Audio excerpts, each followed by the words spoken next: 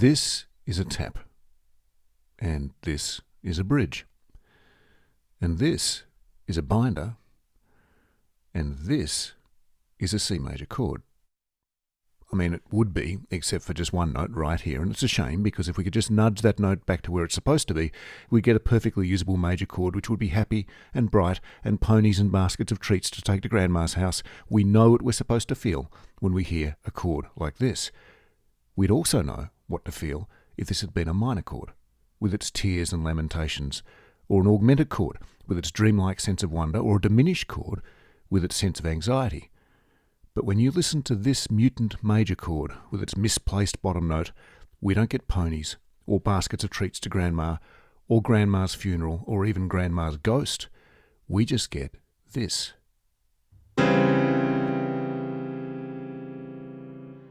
And now, I just don't know how to feel. This sound is not bright, it's not dark, it's not joyous or afraid. The feelings it summons are complex and elusive, which makes this chord perfect for making audiences tense and keeping them that way. Now, if that sounds useful to you, the technical name for this chord would be something like C major with an added flattened ninth, or C sharp diminished with a major seventh, or maybe D flat minor major seventh with a flattened fifth. But as ever, these are terrible ways to try to remember music theory. Much easier is to give it a name that helps you remember how to actually build the thing so you can summon it whenever you like. We're calling it an elevated major because to create it, you take any major chord that has two root notes and then you elevate the lower of those two root notes up a semitone. Build one a couple of times that way, you'll never forget it. So here's a good candidate for an elevated major. It's an E flat major chord, it's got two E flats, so it has two root notes. We take the lower of those two E flats, we bump it up to an E natural, we've got our elevated major sound. Okay, so that's how to build an elevated major, but why would you? The chord you get is not major, it's not minor, it doesn't evoke a clear emotion, and the sound is slightly acidic. And that's exactly why. This chord is not major, it's not minor, it doesn't evoke a clear emotion, and the sound is acidic. It bites, it confuses, and it radiates tension, which means it has audiences looking over their shoulder until you give them something nicer, which, of course, you'll be in no hurry to do.